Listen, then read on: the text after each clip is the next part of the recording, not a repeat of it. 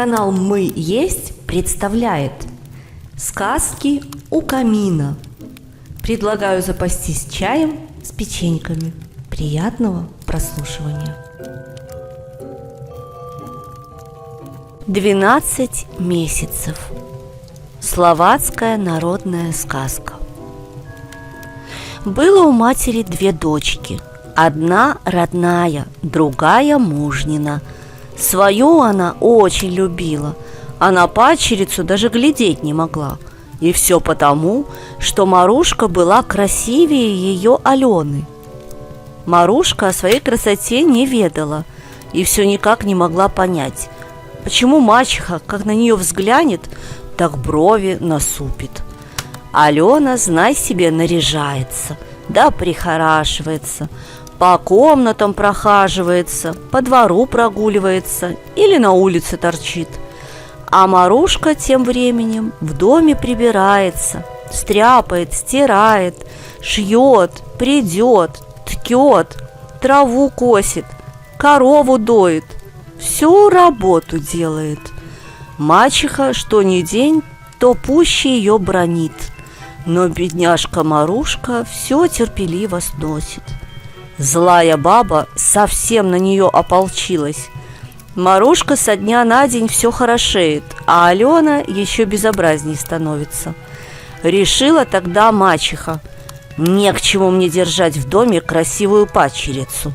Придут парни на смотрины, им Марушка глянется, а от моей Алены отворотятся. Посоветовалась она со своей дочерью. И такое они удумали, что добрым людям и в голову не придет. Однажды, а было это аккурат после Нового года, пожелала Алена фиалок понюхать, а на дворе мороз трескучий. «Отправляйся-ка, Марушка, в лес, да нарви фиалок. Желаю их к поясу прикрепить. Уж очень мне охота фиалочек понюхать». «Да ты что, сестрица дорогая, слыхано ли дело, что под снегом фиалки росли?» — отвечает бедная Марушка. «Ах ты, негодница! Как ты смеешь отказываться, коли я тебе приказываю?» — накинулась на нее Алена. «А не принесешь фиалок, плохо тебе будет!» Вытолкала мачеха бедную девушку за дверь. Со слезами побрела Марушка в глухой лес. Снегу навалило выше головы, и нет нигде следа человека. Долго она по лесу мыкалась, голод мучает, мороз до костей прохватывает, совсем погибает. И вдруг вдалеке огонек мелькнул. Пошла она на огонек и добралась до самой вершины горы, а там большой костер горит. Вокруг костра 12 камней лежит. На тех камнях 12 человек сидят. 3 стариков, 3 помоложе, 3 еще моложе и 3 совсем молодых.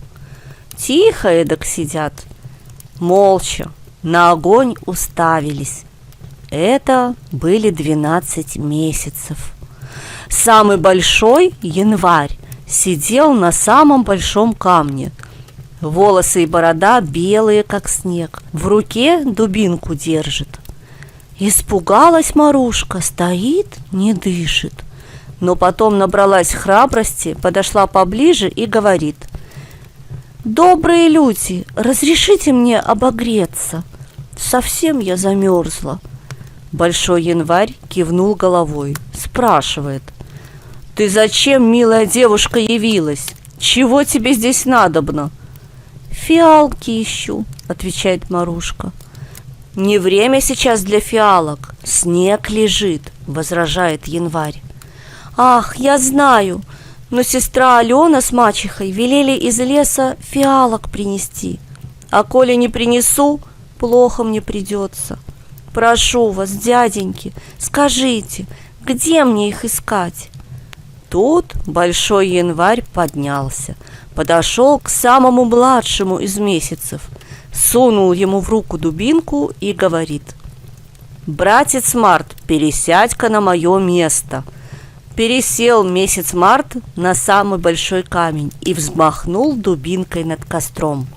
Костер вспыхнул высоко-высоко, снег стал таять, деревья покрылись почками, под буками зазеленела трава, в траве появились бутоны цветов. Наступила весна. В кустах среди листвы расцвели фиалки. Не успела Марушка в себя прийти, как цветы уже покрыли землю густым голубым ковром. «Быстренько собирай, Марушка, быстренько!» — приказал ей Март. Обрадовалась Марушка, быстро набрала цветов и связала букет. Поблагодарила от всей души месяцы и поспешила домой. Удивлялась Алена, удивлялась мачеха, когда Марушка домой явилась. Открыли ей дверь, и весь дом наполнился ароматом фиалок. «Где ты их нарвала?» — спросила злобно Алена. «Там, высоко в горах, растут под кустами. Их там видимо-невидимо», — тихо отвечает Марушка. Алена выхватила у нее букет из рук, понюхала и матери дала понюхать и прикрепила к платью. А бедняжке Марушке даже нюхнуть не дала. На другой день развалилась Алена у печки и надумала земляники поесть. Кричит: «Отправляйся, Маруша, в лес и принеси мне ягод!» «Ох, сестрица милая, что ты удумала? Слыхано ли дело, чтобы под снегом земляника росла?» «Ах ты дрянь! Ты еще и отговариваешься! Ступай, не мешкая! Коли не принесешь ягод, не сносить тебе головы!» — злобствует Алена. Вытолкала мачеха Марушку из дома, захлопнула за ней дверь и крючок накинула. С плачем побрела бедняжка в лес. Снегу навалила выше головы, и нигде ни следа человека. Плутала она, плутала. Голод мучит, холод до костей пробирает. Совсем погибает. Видит вдалеке тот же свет, что и давеча. Опять к тому же костру выходит. И сегодня 12 месяцев вокруг костра сидят. Выше всех большой январь. Седой, бородатый, с дубинкой в руке. «Добрые люди, пустите меня обогреться. Я совсем замерзла», — просит Марушка. Большой январь кивнул головой и спрашивает: «Опять ты пришла, милая? Чего тебе нынче надобно?» «Земляники», — Марушка в ответ. «Да ведь зима на дворе, а в снегу ягоды не растут», — удивился Большой январь. «Ох, знаю», — говорит печально Марушка. «Только сестра Алена с мачехой велели мне земляники насобирать. Коли не наберу, грозятся, что плохо мне будет. Очень прошу вас, дядюшки, скажите, где мне землянику искать?» Поднялся тогда Большой январь, подошел к тому месяцу, что напротив сидел, подал ему дубинку и сказал: «Братец Июнь, пересядь на мое место». Месяц Июнь уселся на самый высокий камень и крутанул дубинкой над костром. Пламя вознеслось втрое выше. Снег в минуту растаял, деревья покрылись листвой. Пташки щебечут и поют, всюду цветы. Наступило лето. Под кустами россыпи белых звездочек. Они прямо на глазах превращаются в землянику, наливаются алым соком, созревают. «Быстренько собирай, Марушка, быстренько!» — приказал ей Июнь. Обрадовалась Марушка, полный фартучек насобирала. Поблагодарила добрых месяцев и поспешила к дому. Подивилась Алена, подивилась мачеха. Отворили дверь, и запах земляники разошелся по всему дому. «Где ты ее набрала?» — злобно спросила Алена. А Марушка тихонько сказала: «На высокой горе, ее там тьма тьмущая». Наелась Алена ягод досыта, и мачеха наелась. но Марушке даже отведать не предложили. А на третий день захотелось Алене румяных яблочек. «Ступай, Маруша, в лес и принеси мне румяных яблок!» – кричит. «Ох, сестрица дорогая, да ты что? Кто это слыхивал, чтобы зимой яблоки поспевали? Ах, ты негодница, ты у меня поговоришь! Коли я велю, собирайся, да иди в лес! Не принесешь свежих яблок, берегись!» – грозится Алена. Вытолкала мачеха Марушку на мороз, захлопнула за ней двери и щеколду задвинула. С плачем поплелась бедняжка в лес. Снегу выше головы, и нигде ни следа человека. Долго она плутала, голод мучит, холод до костей пробирает, погибать собралась. Вдруг видит огонек, двинулась она на свет, вышла к костру. Вокруг костра сидят, словно прикованные, 12 месяцев, а выше всех большой январь, седой да бородатый, с дубинкой в руке.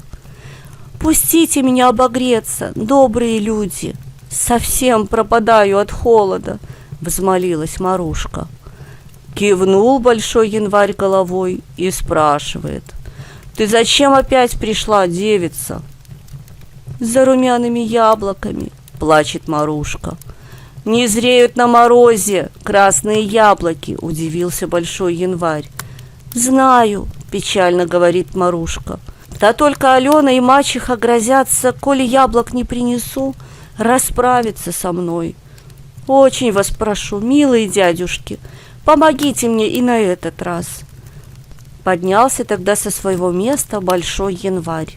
Подошел к одному из месяцев, что постарше, дал ему в руки дубинку и говорит: «Садись-ка, братец Октябрь, на мое место». Сел Октябрь на главное место, крутанул дубинкой над костром. Взвелось пламя ввысь, снег исчез. Листья на деревьях висят желтые, понемногу облетают. Осень. Нету цветов, да и не ищет их Марушка, ищет яблоню. А вот и яблонька, и высоко в ветвях висят румяные яблочки. «Тряси, Марушка, быстренько!» – велел ей Октябрь. Тряхнула Марушка дерево, свалилось одно яблоко. Другой раз тряхнула, второе яблочко свалилось. «Бери, Марушка, да поторапливайся!» – кричит Октябрь. Послушалась Марушка, от души поблагодарила добрых месяцев и побежала к дому. Удивлялась Алена, удивлялась мачеха, когда увидали девушку. Отворили дверь, а она им 2 яблока подает. «Где ты их сорвала?» – спрашивает Алена. «Высоко на горе, их там еще много», – сказала Марушка. «Ах ты, такая-сякая, негодница! Почему всего 2 принесла?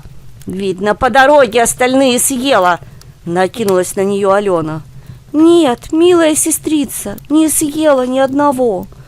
Когда я в первый раз яблоньку тряхнула, свалилось одно яблочко.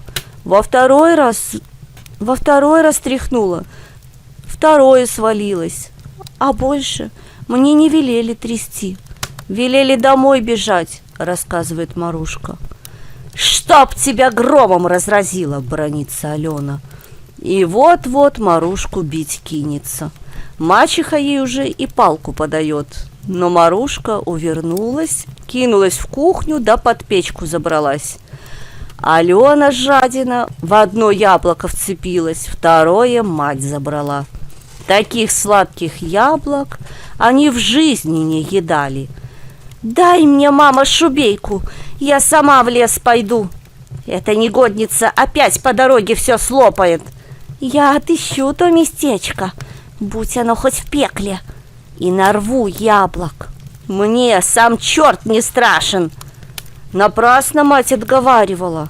Надела Алена шубейку, на голову платок повязала и отправилась в лес. Мать на пороге руки ломает, за свою девчонку боится. Добралась Алена до леса, снега выше головы, ни следочка не видать. Плутала, но румяные яблочки манят ее все дальше, словно кто-то сзади подгоняет. Вдруг видит вдали свет, она туда. Подходит к костру, вокруг 12 человек, 12 месяцев сидят. Не поздоровавшись, не попросившись, протянула она руки к огню, стала греться, будто только для нее костер зажгли. «Ты зачем явилась? Чего тебе здесь надобно?» — недовольно спросил Большой Январь. «А тебе какое дело, старый дурень? Куда хочу, туда и хожу», — отрезала Алена и в лес подалась. Словно там ее уже зрелые яблоки ждут. Нахмурился Большой Январь, крутанул дубинкой над костром. В ту же минуту небо помрачнело, костер угас. Подул холодный ветер, началась метель. Не видно низги. Чем дальше идет Алена, тем глубже в снегу вязнет.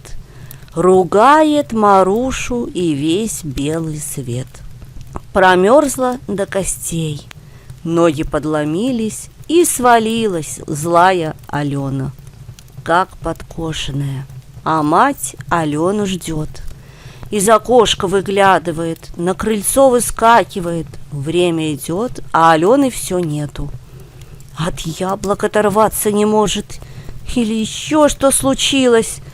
«Пойду-ка поищу», — решила она. Напялила шубейку, покрылась платком и побрела за дочерью. А снег все гуще, ветер все холоднее, сугробы стенами встают. Бредет она по пояс в снегу, Алену кличет, но вокруг ни души. Заблудилась мачеха, клянет весь белый свет с Аленой вместе. Промерзла до костей, ноги подломились, и свалилась она на землю, как подкошенная. А дома Марушка успела обед приготовить, накормить да подоить коровушку, но Алены с мачехой все нет как нет. «Куда это они запропастились?» – беспокоится Марушка. Уж вечереть стало. Села она за прялку. До самой ночи просидела.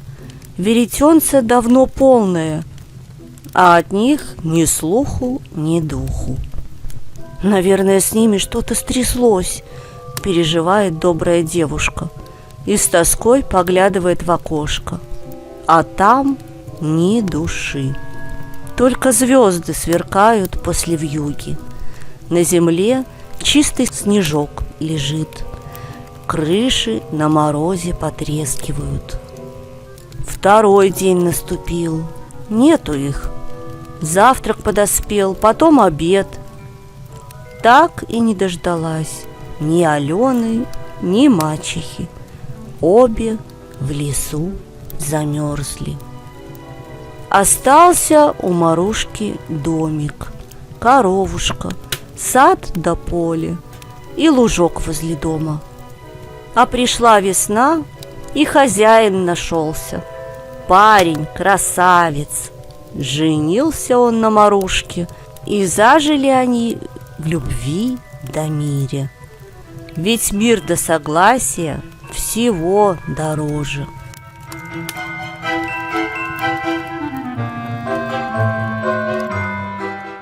Текст читала Марина Абазовик.